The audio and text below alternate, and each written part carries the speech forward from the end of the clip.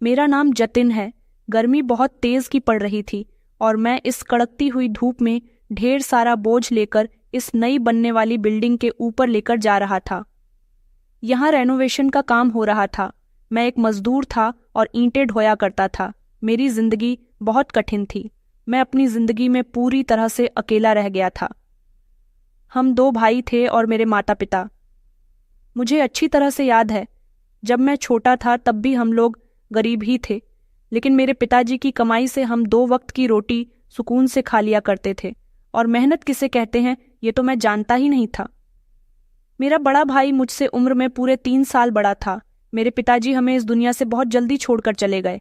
पिताजी के बिना माँ ने हमें पाल पोस कर बड़ा किया, जो कि कपड़ों की बुनाई किया करती थी। सर्दियों में स्वेटर बुनकर बाजार में बेचती थी। लोग उनके स्वेटर बहुत पसंद करते थे। माँ से भी जितना हो सका उन्होंने हमारे लिए किया। मगर एक समय ऐसा आया जब मेरे भाई की अचानक बहुत तबीयत खराब हो गई। उसकी तबीयत इतनी ज्यादा खराब हो गई कि माँ परेशान हो गई थी। एक दिन माँ भाई को सरकारी अस्पताल लेकर चली गई। उसे फोन की उल्टियां आ रही थीं। उसकी तबीयत बोझल रहती थी। वो जो मुझसे भी ज्यादा सुंदर हुआ करता था, बीमारी ने उसकी सुंदरता को पूरी तरह से खत्म कर दिया था। माँ हम दोनों भाइयों से बराबर का प्यार किया करती थी। उस समय मैं अपनी माँ की गोद में था।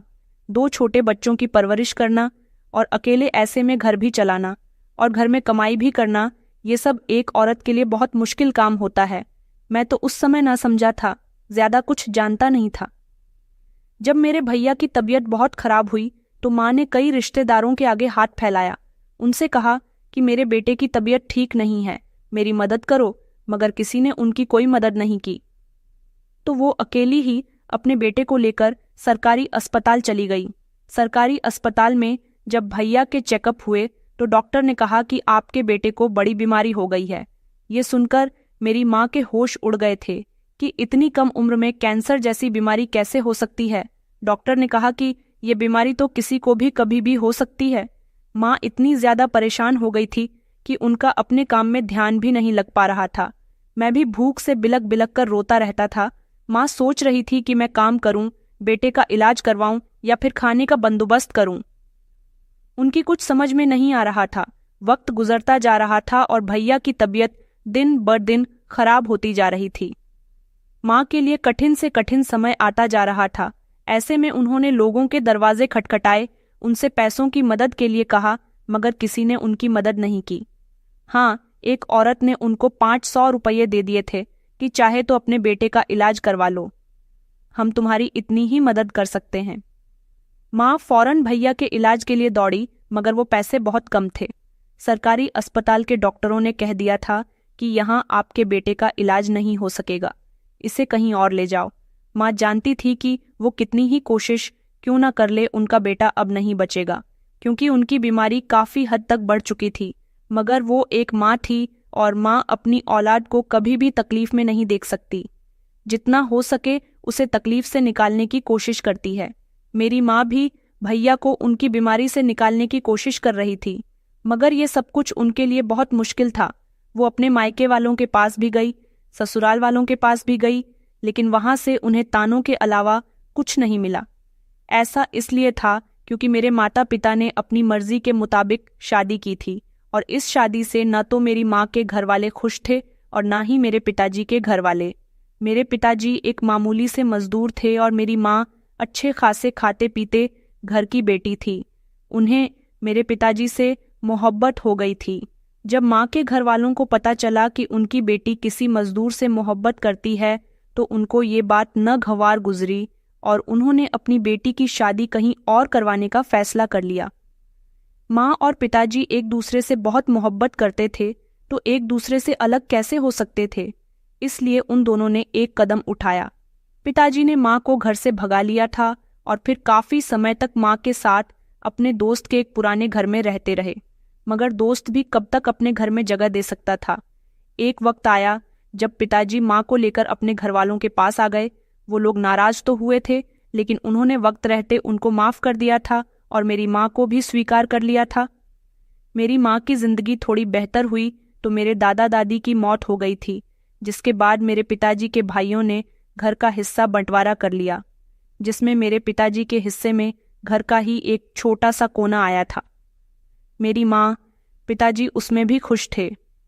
स्थिति तो तब बिगड़ी थी जब पिताजी इस दुनिया को छोड़कर चले गए थे और माँ को अकेले ही इस जंग को लड़ना था। पिताजी के मरने के बाद मेरे 2 ताऊजी, जो हमें पलट कर भी नहीं देखते थे। मेरी माँ को भैया के इलाज के लिए किसी ने पैसे नहीं दिए। भैया अभी भी अस्पताल में भर्ती थे। अस्पताल वाले कहते थे कि पैसे लेकर आओ तभी तुम्हारे बेटे का इलाज होगा, वरना इसे घर ले जाना ऐसा कैसे हो सकता था। भैया का इलाज अस्पताल में शुरू ही नहीं हुआ था और माँ उनको ऐसे घर नहीं लेकर आ सकती थी, इसलिए उन्होंने मुझे गोद में लिया, अपने आंसू साफ किए और सड़क पर भीख मांगने के लिए उतर आई थी। लोगों के आगे हाथ फैलाए, रो रोकर उनको अपनी परेशानी बताई, लेकिन कुछ हासिल वसूल ना हो सका। थोड़े बहुत पैसे लेकर जब अस्पताल पहुंची तो पता चला कि भैया इस दुनिया को छोड़कर जा चुके हैं। अस्पताल वालों ने कहा कि आप अपने बेटे को यहाँ से ले जा सकती हो। एक माँ पैसों की वजह से अपने बेटे को मरा हुआ देख चुकी थी।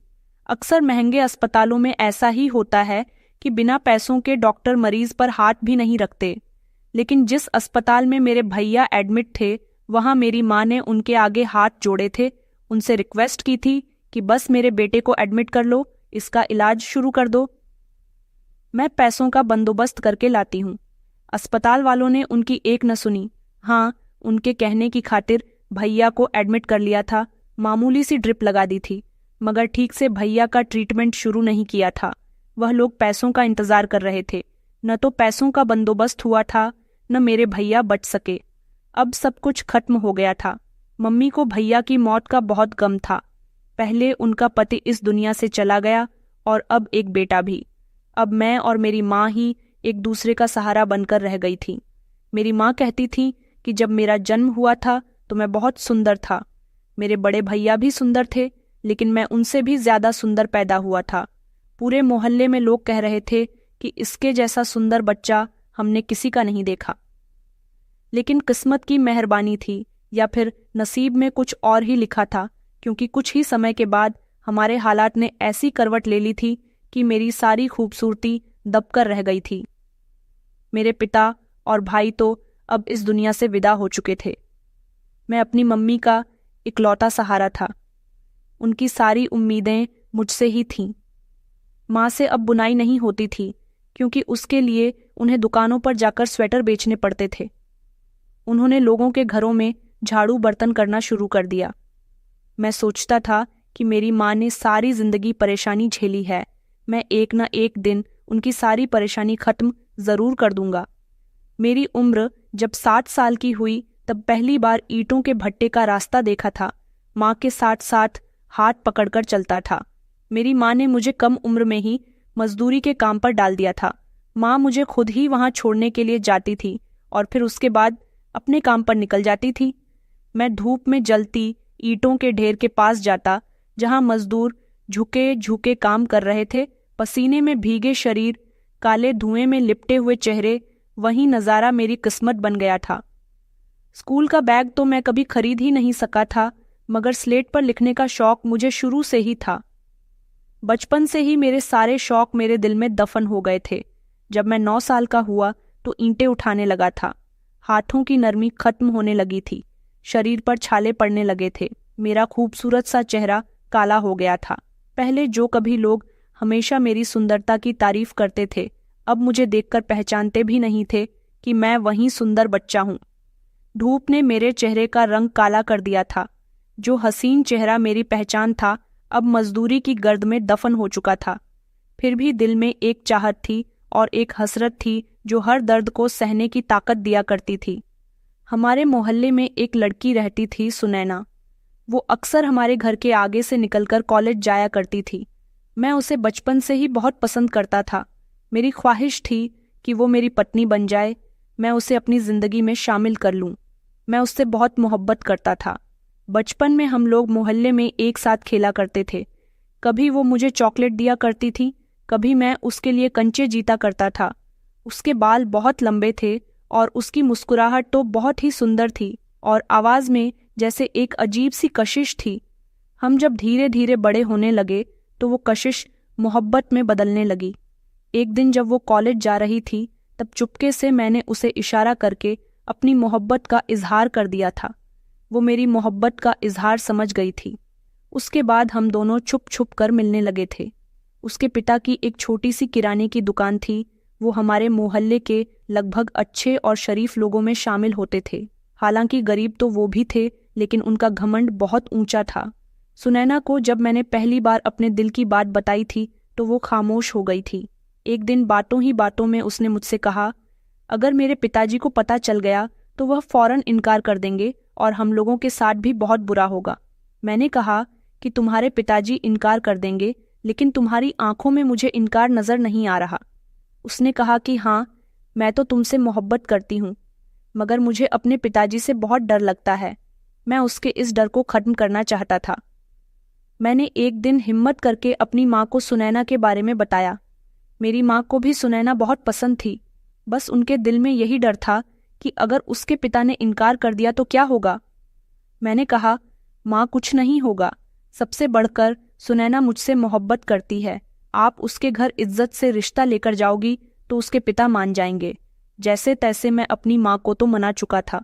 मेरी माँ के लिए मेरी खुशी हमेशा सबसे ज्यादा अहम रहती थी, इसलिए मेरे कहने की खातिर वो सुनैना के घर रिश्ता लेकर जाने के लिए तैयार हो गई थी। मेरा दिल जोर जोर से धड़क रहा था। सारी रात मुझे नींद में नहीं आई थी। मैं सोचता रहा था कि पता नहीं सुनैना को पाने का सपना पूरा होगा भी या नहीं। मैंने जो कदम उठाया है वो बिल्कुल सही है। इज्जतदार लड़के यही करते हैं। उन्हें अगर कोई लड़की पसंद होती है तो वो इज्जत से उसके घर रिश्ता भेज देते हैं। मैंने भी तो ऐसा ही किया था। हो सकता है कि सुनैना मेरी हो जाए। अगली सुबह जब मेरी माँ उसके घर गई तो उनका चेहरा गुस्से से लाल हो रहा था। पहली बार मैंने अपनी माँ को इतने गुस्से में देखा था। मैंने कहा, क्या हुआ है माँ?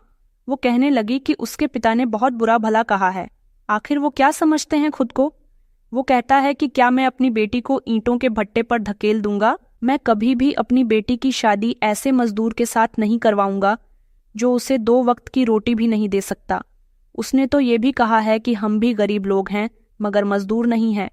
और कहने लगा कि आपकी हिम्मत कैसे हुई अपने मजदूर बेटे का रिश्ता मेरी इतनी सुंदर बेटी के लिए लाने की। कहाँ मेरी पढ़ी लिखी बेटी, कहाँ आपका मजदूर गंवार बेटा। कम से कम अपनी औकात ही देख ली होती रिश्ता लाने से पहले। माँ रोते हुए कहने लगी कि बेटा, उसकी माँ ने भी मुझे बहुत जलील किया है।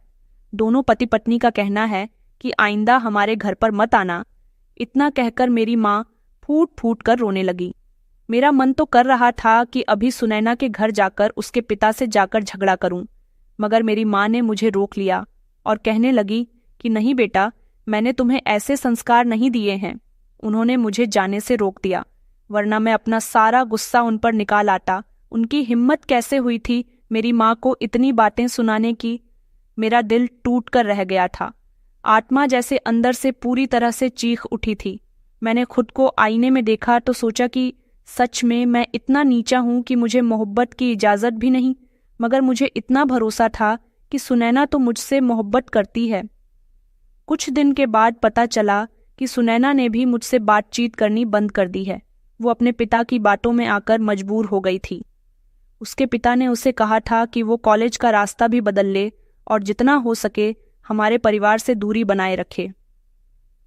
मैं सोच रहा था कि क्या खूबसूरती खत्म हो जाने से इंसान की इज्जत भी खत्म हो जाती है? क्या मजदूरी गाली बन गई है? क्या पसीना बहाना कोई जुर्म है? सुनैना ने मुझे एक दिन रास्ते में रोककर कहा था कि अब हम बात नहीं कर सकते। अगर मेरे पिताजी को शक भी हुआ कि हम दोनों एक दूसरे से मोहब्बत करते हैं तो वो मुझे जान से मार डालेंगे और तुम्हें भी नहीं छोड़ेंगे। वह बहुत डरी हुई थी। उसकी आवाज कांप रही थी। मेरा दिल कह रहा था कि वह झूठ बोल रही है, लेकिन जबान इनकार कर रही थी, मगर आगे कबूल कर रही थी कि वो रोजाना इसी गली से गुजर के कॉलेज जाती थी। मगर अब जब से उसके पिता ने मना कर दिया था तब से उसने अपना रास्ता बदल लिया था। लेकिन मैं फिर भी उसे देख लिया करता था। जब मैं भट्टे से वापस आता था तो उसे देख लेता था। वो भी मुझे देखती थी, लेकिन चेहरा दूसरी तरफ कर लेती थी, मगर कभी कभी पलट कर भी देख रही थी। हम दोनों के बीच बात होना बंद हो गया था। वो लम्हा मेरी जिंदगी से सब कुछ ले गया था। मैं दिल ही दिल में वादे किया करता था कि एक ना एक दिन सुनैना को हासिल करके ही रहूंगा। एक दिन उसका पिता खुद मेरा रिश्ता मांगेगा। अपनी बेटी के लिए मैं अपनी गरीबी को खत्म कर दूंगा। मैं कामयाब होकर दिखाऊंगा। मेरे पास एक पुराना मोबाइल था जो ज़्यादातर बंद ही रहता था। मैंने उसे बेच दिया और किश्तों पर एक स्मार्टफोन ले लिया। कुछ लोग कहते थे कि पागल हो गया है, हालांकि इस पर मुझे मेरी माँ ने भी बहुत डांटा था। उनका कहना था कि भट्टे पर मजदूरी करने वाला इंसान इस स्मार्टफोन का क्या करेगा, मगर मुझे किसी की कोई परवाह नहीं थी। मैं रात को थका हारा घर आता तो मेरे शरीर में बहुत दर्द होता था। फिर मैं बिस्तर पर लेट जाया करता था और मोबाइल को ऑन करके यूट्यूब पर कुछ नया सीखने की कोशिश करता था। सॉफ्टवेयर हैकिंग का कोर्स एक दोस्त मुझे सिखा रहा था जो कि बहुत ज़्यादा पढ़ा लिखा था। उसने कहा था कि वो मेरी मदद करेगा। मैं फ्री टाइम में उसके पास चला जाता था और मोबाइल के ज़रिए उससे नई नई चीज़ें सीखता था। मेरा वो दोस्त भट्टे पर मजदूरी नहीं करता था, लेकिन मेरे साथ दिल लगाकर बैठता था। कहता था कि तुम में कुछ स्पेशल है, मगर मेरे बाकी के दोस्त कहते थे कि ये सब बेकार है।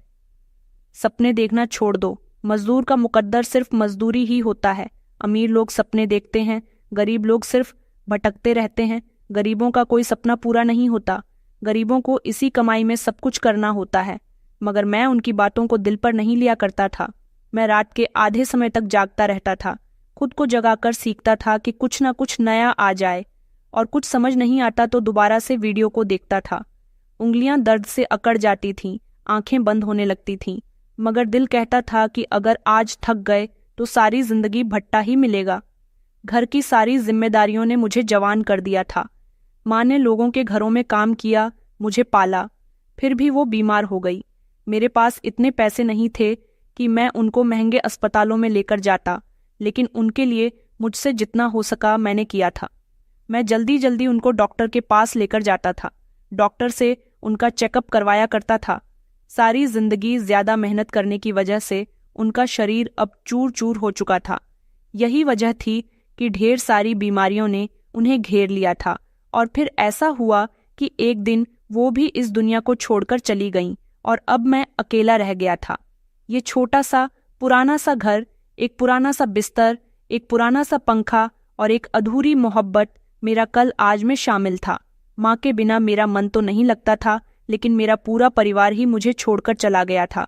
सोचता था कि मैं एक न एक दिन मैं भी सब कुछ छोड़कर चला जाऊंगा, मगर जब तक जिंदा था तब तक तो मेहनत मजदूरी करनी ही थी। दिन भर मजदूरी करता, शाम को कुछ बचत करता, रात को सीखने की कोशिश करता। मैं सोचता था कि क्या कभी मैं अमीर बन सकूंगा? क्या कभी कोई ऐसा दिन भी आएगा कि जब सुनैना के पिता को जवाब दे सकूंगा, उनसे अपनी माँ की बेइज्जती का बदला ले सकूंगा और उनसे कहूंगा कि हाँ, मैं वही मजदूर हूँ जिसे तुमने ठुकरा दिया था, मगर अब तुम्हारी बेटी मेरे नाम की हो चुकी है। मगर ऐसा सिर्फ मैं सोच सकता था। अभी तक ऐसा कुछ पॉसिबल नहीं था। वक्त बहुत कम था। सुनैना की पढ़ाई पूरी हो, कहीं वो किसी और की ना हो जाए। हमेशा मेरे दिल में ये डर लगा रहता था कि अगर देर हो गई तो शायद मैं हमेशा के लिए अकेला रह जाऊंगा। लेकिन यह अकेलापन अब मेरी हिम्मत बन चुका था और अब मैंने डिसाइड कर लिया था कि अब कुछ ना कुछ करके जरूर दिखाना है, खुद को मनवाना है, अपने हाथों के छालों को अपने कामयाबी की मोहर बनाना है, अपनी गरीबी को अपनी ताकत बनाना है। और फिर वही हुआ जिसका मुझे डर था। एक दिन सुनैना मुझसे मिलने के लिए आई थी। वो अभी भी बहुत डरी हुई थी, बहुत रो रही थी। हमारे मोहल्ले के पीछे एक सुनसान जगह थी जहां हम कभी छुप छुप कर मिला करते थे और जिसे हमारी मोहब्बत की अकेली पनाह कहा जा सकता था। वो आज भी थोड़ी सहमी हुई थी और चेहरे पर वो मुस्कुराहट भी नहीं थी जो हमेशा हुआ करती थी। मैं उसको ऐसे देखकर घबरा गया था। उसकी आंखों में एक अजीब सा डर और एक अजीब सी बेचैनी थी। शायद कुछ कहना चाह रही हो, लेकिन शब्दों के लिए हिम्मत इकट्ठी करना उसके लिए मुश्किल हो रहा था। मैं खुशी से बेताब होकर उसके करीब गया। मैंने दिल ही दिल में 1000 सपने बंद कर रखे थे। शायद वो मुझे कुछ बताने के लिए आई है कि उसने अपने पिता को मना लिया है, या शायद वो घर से भागने का इरादा रखती है। लेकिन जैसे ही उसने मेरी आंखों में आंखें डालकर देखा तो मुझे आइडिया हो गया था कि जरूर कोई बुरी खबर है।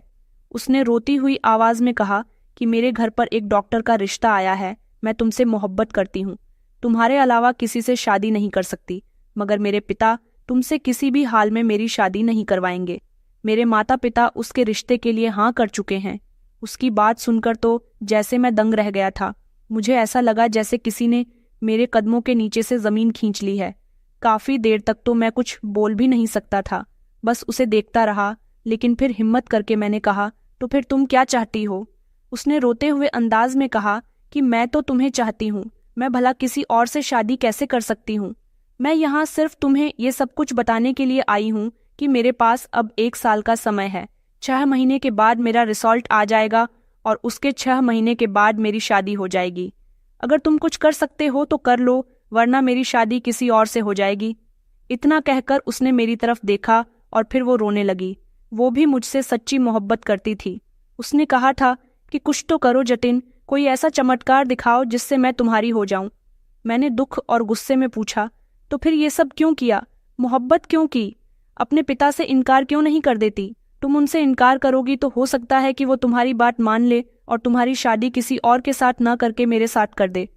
वो कहने लगी कि तुम्हें क्या लगता है कि मैंने कोशिश नहीं की? मैंने तो तुमसे मोहब्बत भी दिल से की थी, लेकिन मेरे बस में अब कुछ भी नहीं है। मैं क्या करूं? क्या अपने पिता से कहूं कि मेरी शादी एक मजदूर से करवा दो? इतना सब कुछ हो जाने के बाद भी मैं खामोश हो गया। मैंने कभी सपने में भी नहीं सोचा था कि एक दिन वो लड़की जिसके लिए मैंने अपनी जिंदगी के सारे अरमान कुर्बान कर दिए थे, वो मुझे इतनी बेबसी से यूं समझा रही होगी जैसे वो भी इसी जालिम समाज के आगे हार चुकी हो। मैंने उसकी बातें सुनकर कहा कि अच्छा, तो फिर ये मोहब्बत ही क्यों की थी? जब पता था कि एक मजदूर से शादी नहीं हो सकती तो क्यों मुझे जिंदगी के सपने दिखाए थे? वो खामोश हो गई। उसकी आंखों में आंसू थे, लेकिन मेरे अंदर का तूफान इतना बढ़ गया था कि मैं उसकी आंखों के आंसू को नज़रअंदाज कर रहा था। मैं पलटकर वापस चला आया था जैसे मेरी हिम्मत जवाब दे चुकी हो, लेकिन सच तो ये था कि मैं बुरी तरह से टूट गया था। मेरी दुनिया पूरी तरह से बिखर गई थी, अंधेर हो गई थी। पहले ही मेरी इस जिंदगी में मेरा कोई अपना नहीं था, और अब जब मुझे अपना मानने वाली सुनैना थी तो वो भी मुझसे दूर होने वाली थी। उस रात मुझे नींद नहीं आई थी। कमर सीधी करने की कोशिश की थी, लेकिन बार बार उसका चेहरा सामने आ जाता था। सुबह हुई तो मैं भट्टे पर काम करने के लिए चला गया था, लेकिन उस दिन ईंटें भी मुझसे नाराज हो रही थी। बार बार मेरे हाथों से छूट रही थी। हाथों की हरकत सुस्त थी। काम करने का बिल्कुल भी मन नहीं कर रहा था।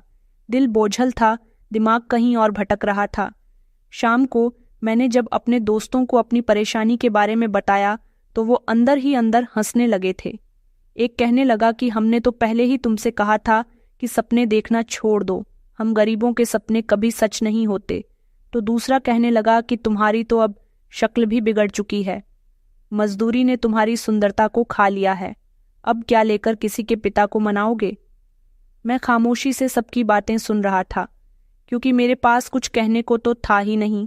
मैं सच में हार चुका था, जैसे मेरे अंदर की सारी नाकामी खत्म हो चुकी हो, जैसे अब बस कुछ दिन ही बाकी हूं मेरे सब्र के, मेरे सपनों के, मेरे इरादों के। अब 1 साल मेरे पास था, लेकिन इस 1 साल में आखिर में क्या कर सकता था? ना तो मैं कोई डिग्री हासिल कर सकता था, ना कोई नौकरी लग सकती थी, ना किसी बड़े पद की परीक्षा दे सकता था, ना ही कोई ऑफिसर बन सकता था।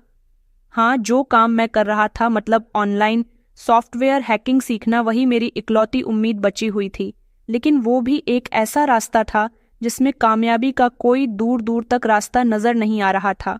ना ही मुझे यकीन था कि मैं कभी कामयाब हो सकूंगा। मेरे दिल में लगन थी तो वो सिर्फ सुनैना को पाने की थी। मुझे लगता था कि मुझे कुछ हासिल नहीं होगा। मैंने खुद से सवाल किया कि क्या मैं सच में हार मान लूंगा? क्या मैं इसी तरह से बैठकर सब कुछ देखता रहूंगा कि मेरी मोहब्बत किसी और की हो जाएगी? क्या मेरी मेहनत सिर्फ धुआं बनकर उड़ जाएगी? फिर भी दिल से एक आवाज आई थी कि नहीं, एक बार कोशिश करके देख लो। कोशिश करने में कुछ नहीं रखा। कोशिश करने वालों की हमेशा जीत होती है। हो सकता है कि कुछ हो जाए, कम से कम कोशिश तो करो। ये ना हो कि कल को पछतावे के सिवा कुछ ना बचे। उस रात मैंने फिर से अपना मोबाइल खोला और अपने टीचर दोस्त से संपर्क किया। उसने कहा कि अब मैं तुम्हें खुद से कुछ करके नहीं दिखाना चाहता। मैं तुम्हें अब सिर्फ इशारे दे सकता हूं, रास्ता बता सकता हूं, चलना तुम्हें खुद होगा। मैंने खुद को जगाया था। नींद से आंखों को बंद करके भी जाग रहा था, क्योंकि मैं जानता था कि अगर आज थक गया तो हमेशा के लिए थक जाऊंगा। मैंने अपनी सारी मेहनत, अपना सारा ध्यान अपने काम पर लगा दिया था। मैं दिन में मजदूरी किया करता था, रात में कंप्यूटर की स्क्रीन पर नज़र जमा था। हर दिन मेरे लिए एक जंग थी। मेरे दोस्त ने मुझे वेबसाइट बनाने के लिए अपना ही पुराना कंप्यूटर दे दिया था। मैं उसके कंप्यूटर से काफ़ी कुछ सीख रहा था। मैं हर दिन एक नई जंग लड़ता रहा क्योंकि मुझे सुनैना से मोहब्बत थी, क्योंकि मैंने उसके वो शब्द याद रखे थे जो उसने जाने से पहले कहे थे कि तुम्हारे पास 1 साल है जतिन, अगर कुछ कर सकते हो तो कर लो वरना मैं चली जाऊंगी। और इसे एक लाइन ने मेरी जान में जान डाल दी थी, क्योंकि वो लाइन एक उम्मीद थी, एक मोहलत थी, एक मौका था, एक वादा था और एक समय था जो न किसी के लिए रुकता है, न किसी की तकलीफ को देखता है और ना ही किसी की उम्मीद की परवाह करता है। मेरे लिए भी समय ऐसे ही गुजर रहा था जैसे हर किसी के लिए गुजरता है, लेकिन फर्क सिर्फ इतना था कि मैं हर दिन एक नए दुख के साथ जागता था और एक नए गम के साथ सोया करता था।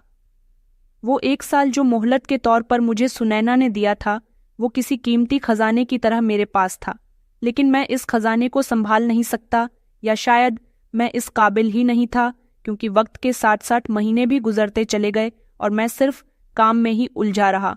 काम भी ऐसा था जिसमें न इज्जत थी, न फ्यूचर था, न कोई वादा था।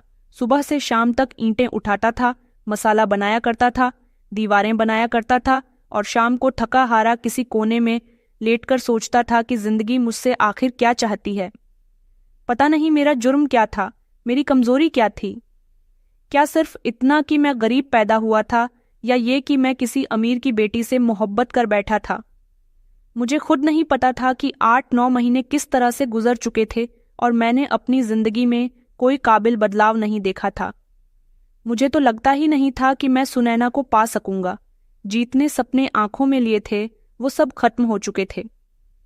मेरे दोस्त अब मुझे ताने नहीं देते थे, बस मुझ पर तरस खाया करते थे, मुझे देखते थे। उनकी आंखों में हमदर्दी नहीं होती थी, बल्कि बेयकीनी हुआ करती थी। जैसे कहते हो कि देखा तुमने, हमने तो कहा था कि तुम कुछ नहीं कर पाओगे। सुनैना की शादी की खबर भी इन्हीं में से एक लड़की ने मुझे सुनाई थी। वो उसकी ही गली में रहता था। उस दिन मेरे हाथ से औजार गिर गए थे, दिल जैसे बंद हो गया था। मैं कुछ लम्हे के लिए खामोश रह गया था, जुबान बंद, आंखें खामोश, लेकिन अंदर से जैसे एक तूफान सा उमड़ आया हो। उस दिन के बाद मैंने खुद को और ज्यादा गलत फहमी में रखना पूरी तरह से छोड़ दिया था। एक दिन नॉर्मल दिन की तरह मैं अपने ईंटों के भट्टे पर काम कर रहा था। सूरज तो जैसे आग बरसा रहा था और हम सबके शरीर पसीने से बुरी तरह से भीगे हुए थे। मिट्टी और गाड़े से सने हुए कपड़ों में मैं खुद को एक मामूली सा गुलाब महसूस करता था, जो दिन रात एक मशीन की तरह काम करता है, न थकता है, न रुकता है, न शिकायत करता है। तभी अचानक एक बड़ी ही अजीब सी हरकत हुई थी। सबने उस पर ध्यान दिया था, क्योंकि उसने सबका ध्यान अपने ऊपर खींच लिया था। एक बड़ी सी चमचमाती हुई गाड़ी आकर रुकी थी। काले रंग की बड़े ब्रांडी की गाड़ी थी, जो यहाँ तो दूर दूर तक नहीं थी, बल्कि शहर में भी कम ही नजर आया करती थी। हम सबने छोड़कर उसे देखा था। कुछ लम्हे के लिए हमने अपने हाथों से काम भी रोक दिया था, जैसे वक्त थम सा गया हो। गाड़ी का दरवाजा खुला और एक बड़ी उम्र की औरत उसमें से बाहर निकली थी। उसकी चाल में एक अजीब सा घमंड था, लेकिन आंखों में अजनबियत थी, जैसे किसी और की दुनिया से आई हो। उसके हाथ में एक महंगा सा पर्स था। कपड़ों से साफ नजर आता था कि वो कोई मामूली औरत नहीं है। सब आइडिया लगाने लगे। कोई कहने लगा कि शायद ईंटों की खरीदारी करने के लिए आई होगी, तो कोई कहने लगा कि शायद किसी जमीन के कागजात के लिए आई होगी। मैं खामोशी से काम करता रहा, लेकिन दिल के अंदर कहीं एक अजीब सी बेचैनी चल रही थी। थोड़ी देर के बाद हमारे मालिक ने मुझे आवाज देकर अपने पास बुलाया और कहने लगा कि जतिन, ये तुमसे बात करने के लिए आई है। ये सुनकर मैं हैरान रह गया था कि इतनी अमीर औरत को आखिर मुझसे क्या बात करनी थी। वो औरत अंदर मालिक के ऑफिस में कुर्सी पर बैठी हुई थी। मेरे मालिक ने मेरी तरफ इशारा करके कहा कि ये है जतिन शर्मा। उन्होंने कहा कि जानते हो तुम इनसे खुद बात कर लो। ये सुनकर मैं और ज्यादा हैरान रह गया था। उस औरत ने मुझे ध्यान से देखा और नरम शब्दों में कहने लगी, क्या तुम मेरे साथ चलोगे? मैंने चौंक कर कहा कि कहाँ और क्यों? आप मुझे कहीं ले जाना चाहती हो? क्या काम है आपको मुझसे? तो उसने कहा कि वो तो। मैं तुम्हें रास्ते में बताऊंगी। मुझे समझ नहीं आ रहा था कि मैं क्या करूं, लेकिन मालिक ने कहा कि ये बहुत बड़ी मैडम है, बहुत अमीर है, उनके साथ चले जाओ, देखो क्या बात है, ये तुम्हें गाड़ी में बुलाकर बता देंगी। वो गाड़ी की तरफ इशारा करने लगी। औरत पहले ही दरवाज़ा खोलकर गाड़ी में बैठ चुकी थी, पीछे मुझे भी बैठने का इशारा कर रही थी और खुद भी वहीं आकर बैठ गई। मेरे सारे दोस्त मुझे हैरानी से देख रहे, उनकी नज़रों में अभी भी सवाल थे और जलन भी थी। जो हमेशा कहते थे कि मैं कभी कुछ नहीं बन पाऊंगा, आज वही मुझे हैरानी से देख रहे थे कि मैं एक महंगी गाड़ी में एक अमीर औरत के साथ जा रहा हूं। लेकिन मुझे खुद समझ नहीं आ रहा था कि ये सब कुछ क्या हो रहा है। गाड़ी चल पड़ी थी और मैं खिड़की से बाहर देखता रहा। मैंने दिल में सोचा कि ज़रूर उसको मुझसे ईंटों का ही कोई काम होगा या अपने घर में कोई काम करवाना होगा, इसलिए मुझसे बात करना चाहती है, क्योंकि कुछ लोग ऐसे होते हैं जो अपने घर बहुत मेहनत से बनवाते हैं। वो हर एक कीट, हर एक दीवार को सोच समझ कर रखते हैं। शायद वो इसीलिए मुझे ले जा रही है कि बातचीत करें और देखना चाहती है कि मैं काबिल भी हूं या नहीं। मैं एक मिस्त्री भी था और कुछ काम मुझसे भी बहुत अच्छे से आते थे, लेकिन ये फिर भी बहुत अजीब लग रहा था। गाड़ी शहर की तरफ मुड़ गई थी और मैंने सोचा कि अब कुछ देर में ही पता चल जाएगा कि आखिर हकीकत क्या है कि मुझे वो औरत अपने साथ इतनी दूर तक अपनी गाड़ी में बिठाकर यहाँ ले आई है।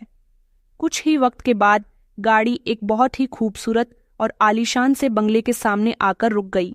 मैंने ऐसा बंगला सिर्फ फिल्मों और नाटकों में ही देखा था। बड़े बड़े दरवाजे पर हरे भरे आंगन, सफ़ेद दीवारें और शीशे जैसी साफ खिड़कियां। वो बंगला किसी बहुत अमीर बिजनेसमैन या किसी एक्टर का लग रहा था। गेट खुला और गाड़ी अंदर चली गई थी। मैं दिल ही दिल में प्रार्थना करने लगा था कि प्लीज़ मेरी इज्जत रख लेना, कहीं मैं किसी ऐसी जगह ना आ जाऊं जहां किसी बड़ी मुसीबत में फंस जाऊं। ऐसा ना हो कि औरत मेरे साथ कुछ गलत कर दे, ऐसा ना हो कि मेरी औकात खुलकर सामने आ जाए। गाड़ी रुकी तो उसने कहा कि आओ अंदर चलते हैं। मैं गाड़ी से उतरा तो मेरे हाथ पसीने से भीग चुके थे। न जाने क्यों मेरा दिल इतनी जोर जोर से धड़क रहा था जैसे कोई बहुत बड़ी परीक्षा मेरे सर पर हो। दरवाज़ा खुलते ही अंदर एक ठंडी हवा का झोंका महसूस हुआ। अंदर हर चीज़ अपनी जगह पर रखी हुई थी। हर सामान कीमती था, कीमती सोफ़े, महंगा फर्नीचर और महंगी पेंटिंग्स। हर कोने से इमारत बहुत अच्छी लग रही थी। मैं वहीं खड़ा रह गया तो उसने कहा कि आओ जतिन, आओ यहाँ बैठो। मैं धीरे धीरे अंदर दाखिल हुआ और एक सोफे पर बैठ गया। उसने मुझे पानी दिया और फिर खुद भी बैठ गई थी। कुछ देर तक तो वो औरत खामोश रही। फिर उसने नज़र मेरी आंखों में आंखें डालकर कहा कि तुम्हें आइडिया नहीं है कि तुम्हें यहाँ पर क्यों लाया गया है। मैंने कहा कि जी, मुझे इस बात का अंदाज़ा नहीं है, मैं जानना चाहता हूँ। वो एक वेबसाइट का नाम लेकर मुझसे कहने लगी कि ये साइट और सॉफ्टवेयर तुमने बनाया है। जब उसने नाम लिया तो मुझे याद आया। मैंने कहा कि जी, मैंने ही बनाया है। वो कहने लगी कि तुम्हें पता है कि तुम्हारे सॉफ्टवेयर की कीमत क्या है। मैंने कहा कि नहीं, मुझे नहीं पता, लेकिन इसकी कीमत क्या हो सकती है। वो एक मामूली सा हैकिंग सॉफ्टवेयर है जिसे मैंने एक्सपेरिमेंट के तौर पर बनाया था और फिर एक वेबसाइट पर अपलोड कर दिया था ताकि कोई अगर चाहे तो उसे इस्तेमाल कर ले। मगर इस औरत ने कहा कि ये कोई मामूली काम नहीं है और इसकी बहुत मांग है। कई अनाथ आश्रम, कई वृद्ध आश्रम और कई गरीबों से जुड़े हुए केंद्र इसे तलाश कर रहे हैं, मगर तुम्हें अब भी इस बात का पता ही नहीं है। तुम समझते हो कि तुम्हारा काम कोई खास काम नहीं है, मगर असल बात यह है कि तुम्हारा काम बहुत ही अच्छा काम है। असल में तुमने खजाने की कुंजी बना ली है और अब इस खजाने के वारिस भी तुम ही हो। इससे पहले कि बाकी लोग तुम तक पहुंचे, हम तुम्हारे पहले खरीदार बनकर तुम्हारे सामने आ गए, क्योंकि हम चाहते हैं कि तुम हमारे लिए भी एक और सॉफ्टवेयर बनाओ। कोई ऐसा सॉफ्टवेयर बनाओ जिसे कोई भी हैक न कर सके, जो कि फुल प्रूफ हो, ऐसा कोड जिसे कोई ना खोल सके। मैंने हैरानी से इस औरत की बात सुनी और कहा कि मुझे ये काम आता है और मैं कोडिंग भी कर लेता हूँ, लेकिन मुझे नहीं लगता कि मेरा बनाया हुआ काम इतना कीमती हो सकता है, इतना कीमती कि आप खुद चलकर मुझसे मिलने के लिए आओ। इस और वो हंसने लगी, ऐसे जैसे किसी माँ को अपने बच्चे की मासूम बातों पर हंसी आ जाती है। उसने कहा कि तुम खजाने पर बैठकर रो रहे हो, तुम्हें खुद आइडिया नहीं है कि तुम्हारे हाथों में क्या खजाना आ गया। मैं तुम्हें ये सब कुछ ही नहीं दूंगी, बल्कि सब कुछ दिखाऊंगी भी और बताऊंगी भी। मगर अभी मुझे ये बताओ कि तुम इस समय क्या चाहते हो, क्योंकि तुम्हारे सॉफ्टवेयर की कीमत करोड़ों रुपए हो सकती है और ये बात कोई मजाक नहीं है। मैं बिल्कुल सीरियस बात कर रही हूँ। ये सुनकर तो मेरे पैरों तले से जमीन निकल गई थी। मेरी हालत ऐसी हो गई थी जैसे किसी भूखे को अचानक ढेर सारे खाने के सामने बैठा दिया जाता है या किसी अंधे को उसकी आंखों की रोशनी मिल जाती है। मुझे समझ नहीं आ रहा था कि मैं खुशी से चीखूं या चिल्लाऊं या फिर चिल्ला चिल्ला कर रोना शुरू कर दूं। मेरे लिए तो वो औरत किसी अलादीन का चिराग बन गई थी, जिसमें से वो बाहर निकली थी और मुझसे पूछ रही थी कि क्या मांग सकते हो, मांग लो, मैं तुम्हें कुछ भी देने के लिए तैयार हूं। मुझे नहीं पता था कि वो औरत मेरे लिए इतनी बड़ी खुशी बनकर साबित हो सकती है। मैं अपनी खुशी पर कंट्रोल नहीं कर पा रहा था। मुझे समझ नहीं आ रहा था कि ये सब कुछ हकीकत है या फिर मैं कोई सपना देख रहा हूं। मैं क्या मांग सकता हूं? मैंने खुद को संभालना था और सोचने की कोशिश कर रहा था कि मेरी सबसे बड़ी ख्वाहिश क्या है। आज मेरे लिए ऑफर था कि मैं कुछ भी मांग सकता था। मैंने थोड़ी देर के बाद कह दिया कि मैं आपके साथ काम भी करूंगा और वो सॉफ्टवेयर भी आपको बनाकर दूंगा, लेकिन मेरी एक ही ख्वाहिश है। उसने कहा कि बताओ तुम्हारी कौन सी ख्वाहिश है। मैं तुम्हारी हर ख्वाहिश पूरी करूंगी।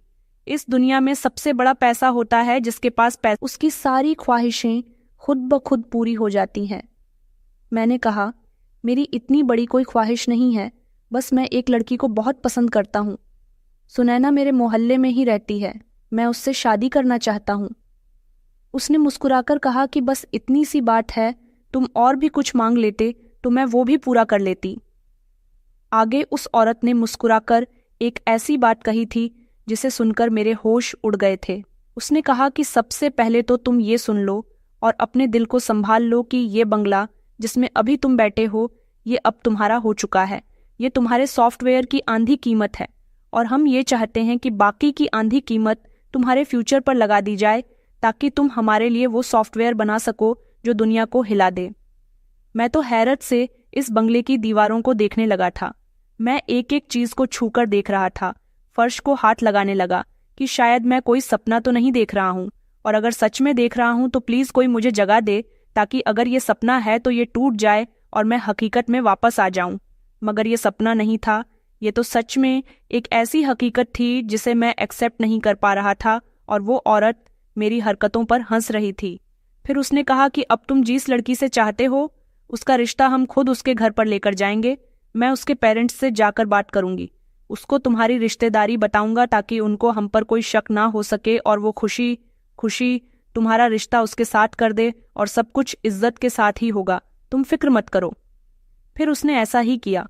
वो सुनैना के घर चली गई थी और उसने उसके माता पिता से कहा था कि मैं जतिन की रिश्तेदार हूँ, ये मेरा कजिन लगता है, ये कोई मजदूर नहीं है, ये खुफिया एजेंसी का आदमी है, लाखों करोड़ों रुपए कमाता है, ये मजदूर के रूप में काम कर रहा था, इसके असली काम के बारे में किसी को कोई पता नहीं है। ये तो बहुत ही अमीर इंसान है, इसके पास अपना बंगला है, अपना सॉफ्टवेयर बनाता है जिसकी दुनिया में बहुत मांग है, और इसीलिए हम इसकी शादी आपकी बेटी से करवाना चाहते हैं। आपकी बेटी इसके घर में राज करेगी।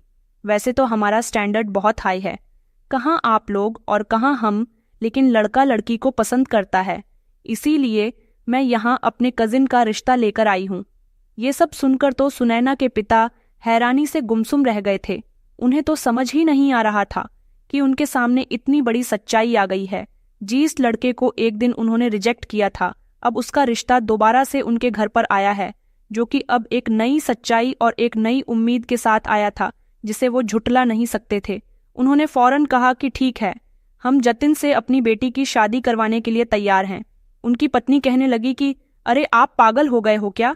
2 महीने के बाद हमारी बेटी की शादी है और आप उसका रिश्ता दूसरी जगह पर तय कर रहे हो। उन्होंने अपनी पत्नी से कहा कि अरे छोड़ो उस डॉक्टर को, वैसे भी वो जानवरों का डॉक्टर है, लानत भेजो उस पर, ये रिश्ता ज्यादा अच्छा है। मैं तो शर्मिंदा हो रहा हूँ कि पहले मैंने इस रिश्ते से इनकार कैसे कर दिया था। अच्छा हुआ कि रिश्ता दोबारा से आया है, वरना हम लोग तो हाथ मलते रह जाते। मेरी बेटी के लिए इतने अमीर घर से रिश्ता आया है, मैं कैसे इनकार कर सकता हूँ।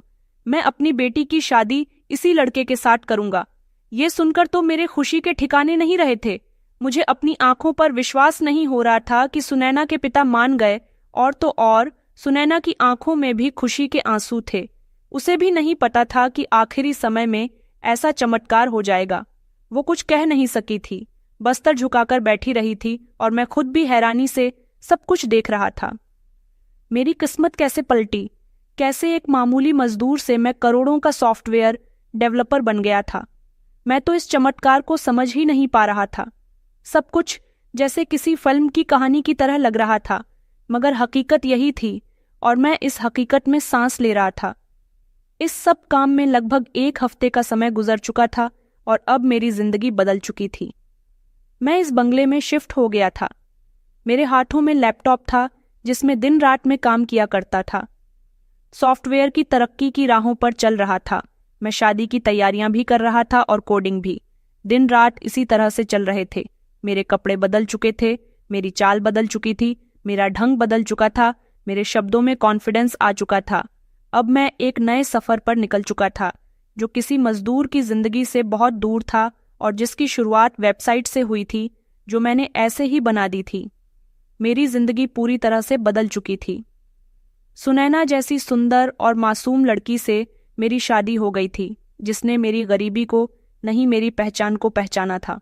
उसने उन दिनों मुझसे मोहब्बत की थी जब मेरे कपड़ों पर मिट्टी के दाग होते थे, मेरे हाथों पर छाले होते थे, मेरे चेहरे पर थकान लिखी हुई होती थी। लेकिन आज जब मैं कामयाब और अमीर इंसान बन चुका था, तब उसकी आंखों में वही सच्चाई थी जो उस समय हुआ करती थी जब मैं एक मजदूर था। मेरी जिंदगी में खुशियां थीं, सुकून, इज्जत थी, दौलत थी, लेकिन वो सब कुछ मैं कभी नहीं भूला था जहां से मैं उठा था। मैंने फैसला कर लिया था कि मैं अपने बीते हुए समय को नहीं भूलूंगा। मैं इस भट्ठे पर वापस आ गया था जहां मैंने दिन रात एक एक करके ईंटें बनाई थीं, जहां मैंने पसीने के कतरे जमीन पर गिराए थे, जहां मैंने भूख प्यास बर्दाश्त की थी, जहां मेरे सपने सिर्फ सपने ही रह गए थे। मैं अपने मालिक से मिला जो कभी सख्ती से बात किया करता था, जिसके चेहरे पर हमेशा गुस्सा और आंखों में सख्ती हुआ करती थी। लेकिन आज जब उसने मुझे बड़ी सी गाड़ी में बैठकर आते हुए देखा तो उसकी आंखों में हैरानी भी थी, खुशी भी थी, गर्व भी था। उन्होंने मेरे सर पर हाथ रखा और कहने लगे कि तुमने मेरा दिल जीत लिया है। तुमने दिखा दिया है कि मजदूर का बेटा सिर्फ मजदूर नहीं रहता, वो चाहे तो आसमान भी छू सकता है। मैंने मालिक के पैरों को हाथ लगाया और दिल ही दिल में प्रार्थना की। मैंने फिर अपने साथियों को बुलाया जिनके साथ मैंने हमेशा काम किया था, जिनके साथ मैं बैठकर खाना खाया करता था, जिनके साथ मैंने सपने देखे थे और दुख सहे थे। मैंने इन सबको एक जगह जमा की और कहा कि अब वक्त आ गया है कि तुम लोग ये मेहनत भरा काम छोड़ दो, क्योंकि मैं जानता हूं कि भट्टे की जिंदगी कितनी कठिन होती है। मैंने सबको अलग अलग काम दिलवा दिए थे। किसी को मैंने दुकान बनाकर दे दी थी, किसी को ठेले लगवा दिए थे, तो किसी के लिए मैंने सब्जी की गाड़ी का बंदोबस्त कर दिया था, तो किसी को मैंने साइकिल या मोटरसाइकिल मैकेनिक का काम सिखाकर दुकान खुलवा दी थी। और जिनको कुछ भी नहीं आता था उनको मैंने नए कोर्सेस करवाए थे ताकि वो कुछ नए हुनर सीख सके और अपनी मेहनत की कमाई कर सके। मैंने सिर्फ यही नहीं किया बल्कि इन सब ने बच्चों के लिए भी शिक्षा का बंदोबस्त कर दिया था, उनके घरों में राशन भी डलवा दिया था, उनकी बेटियों की शादी में हाथ बंटाया, उनकी बीमारियों का इलाज करवाया और उनकी प्रार्थनाओं को समेट लिया। मुझे लगता था जैसे ऊपर वाले ने मुझे दौलत नहीं बल्कि एक मौका दिया है ताकि मैं दूसरों की जिंदगी बदल सकूं। जैसे मेरी जिंदगी बदल गई थी। और सुनैना वो तो मेरी जान थी, मेरी पहचान थी। वो एक ऐसी लड़की थी जो मुझे इनकार कर सकती थी, जो किसी डॉक्टर या ऑफिसर को हाँ कर सकती थी, लेकिन उसने फिर भी मुझे चुना था। एक मजदूर को उसकी आंखों में सिर्फ सपने थे, दौलत की चमक नहीं थी। और जब वो सपना पूरा हुआ तो वो मुझे ऐसे देखती थी जैसे मैं कोई राजकुमार हूं। मैंने उसके लिए वो सब कुछ किया था जो मैं कर सकता था। उसे महंगे कपड़े दिलाए थे, जेवर दिलवाए थे, नए घर की सजावट उसकी मर्जी के हिसाब से की थी, हर कमरे में उसकी पसंद का रंग लगवाया था और हर सुबह में उसके चेहरे पर मुस्कुराहट देखने की कोशिश करता था। उसकी हर ख्वाहिश को पूरा करने की मैंने ठान ली थी। सुनैना ने मुझसे कभी कोई फरमाइश नहीं की थी, लेकिन मैं उसकी आंखों में जो देखता था वो खरीद कर उसे दिला दिया करता था, क्योंकि मैं जानता था कि उसने मेरे लिए कुर्बानी दी थी और अब मेरी बारी थी कि मैं उसे वो सब कुछ लौटा सकूं, और मेरी खुशियों का एक और रास्ता वो सॉफ्टवेयर था जो मैंने एक छोटे से कमरे में बैठकर बनाया था, जिसकी मुझे खुद भी अहमियत का आइडिया नहीं था, लेकिन जिसने मुझे एक नई पहचान दी थी, एक नई दुनिया दी थी। वो सॉफ्टवेयर आज विदेश में और हमारे देश में भी बिकता था, कंपनियों में इस्तेमाल होता था और मेरी पहचान बन चुका था। लोग अब मुझे एक हैकर नहीं, एक जीनियस कहते थे। मैंने उस सॉफ्टवेयर में वो सिक्योरिटी फीचर्स डाले थे जो किसी ने सोचे भी नहीं थे। मैंने एक नई दुनिया की बुनियाद रखी थी। और फिर वही औरत जो मेरे लिए अलादीन का चिराग साबित हुई थी, वो मेरे बिजनेस पार्टनर बन गई थी और अब हमने मिलकर एक कंपनी बनाई थी जिसका नाम मैंने सुनैना के नाम पर रखा था, ताकि दुनिया को पता चल जाए कि मेरी कामयाबी के पीछे मेरी पत्नी का हाथ है। मेरी माँ को भी ये सब कुछ देखकर बहुत सुकून मिलता होगा। मैं अपनी पत्नी के साथ सुकून और आराम की जिंदगी गुजार रहा था और सुनैना जो हर लम्हे मेरे साथ थी, मेरी कामयाबियों की साथी, मेरी जागती आंखें और मेरे दिनों की रोशनी बन चुकी थी। मैंने अब अपने काम को बढ़ा दिया था। मैंने गरीब बच्चों के लिए एक आश्रम बनवाया था जहां वो कंप्यूटर सीखते, जहां उन्हें सॉफ्टवेयर बनाने की शिक्षा दी जाती थी, ताकि कोई और भी मेरे जैसा सपना देखे और उसे पूरा कर सके। मुझे हर दिन लगता था जैसे मैं एक सपने में हूँ, एक ऐसा सपना जो कभी नहीं टूटेगा। लेकिन मैंने कभी घमंड नहीं किया था, क्योंकि मैं जानता था कि ये सब इस लम्हे का फल है। जब मैंने हार नहीं मानी थी, जब मैंने थकने के बाद भी अपना काम नहीं छोड़ा था, जब मैंने गालियां सुनने के बावजूद भी किसी को कोई जवाब नहीं दिया था, जब मैंने सुनैना की मोहब्बत को खोने नहीं दिया था, जब मैंने एक अनजान औरत पर भरोसा किया था और उसका दिया हुआ मौका बर्बाद नहीं किया। और आखिर में मैं बस यही कहूँगा कि इंसान की असली पहचान उसका समय नहीं, उसकी सोच होती है। हालात कितने भी बुरे हों, अगर नीयत अच्छी हो तो किस्मत बदलने में देर नहीं लगती। जो वक्त इंसान को रुलाता है, वही वक्त एक दिन उसे हंसाता भी है। शर्त सिर्फ ये है कि इंसान खुद यकीन रखे और कभी हार ना माने, क्योंकि असली हार वो नहीं जो किस्मत से मिलती है। असली हार तो वो होती है जिससे इंसान लड़ रहा होता है।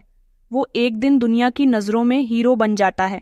ऊपर वाला किसी की मेहनत बर्बाद नहीं करता, क्योंकि वो जानता है कि मेहनत एक ऐसी चीज़ है जो इंसान को उसके मकसद के करीब ले जाती है। जब इंसान दिलो जान से मेहनत करता है तो ऊपर वाला उसकी मेहनत का बदला जरूर देता है। उसके भाग्य में कभी नाकामी नहीं होती, बस उसको सब्र और तसल्ली के साथ अपनी मंजिल की तरफ बढ़ना होता है। मेहनत का सफ़र हमेशा थकावट और मुश्किल से गुजरता है, लेकिन एक न एक दिन वो दिन भी आता है जब मेहनत का फल मिलता है। जो लोग कभी हिम्मत नहीं हारते, ऊपर वाला उनको ज़रूर कामयाबी का रास्ता दिखाता है, क्योंकि वो जानता है कि मेहनत करने वाले एक दिन कामयाब ज़रूर होते हैं और उनकी किस्मत बदल सकती है। मैं अपनी पत्नी के साथ बहुत खुश हूँ। मेरा काम अभी भी जारी है और मैं इसी तरह से लोगों की मदद करते करते खुद भी तरक्की पा रहा हूँ। तो दोस्तों, कहानी कैसी लगी कमेंट में ज़रूर बताएं। वीडियो अच्छी लगी तो इसे लाइक करें और हमारे चैनल को सब्सक्राइब करना ना भूलें। धन्यवाद।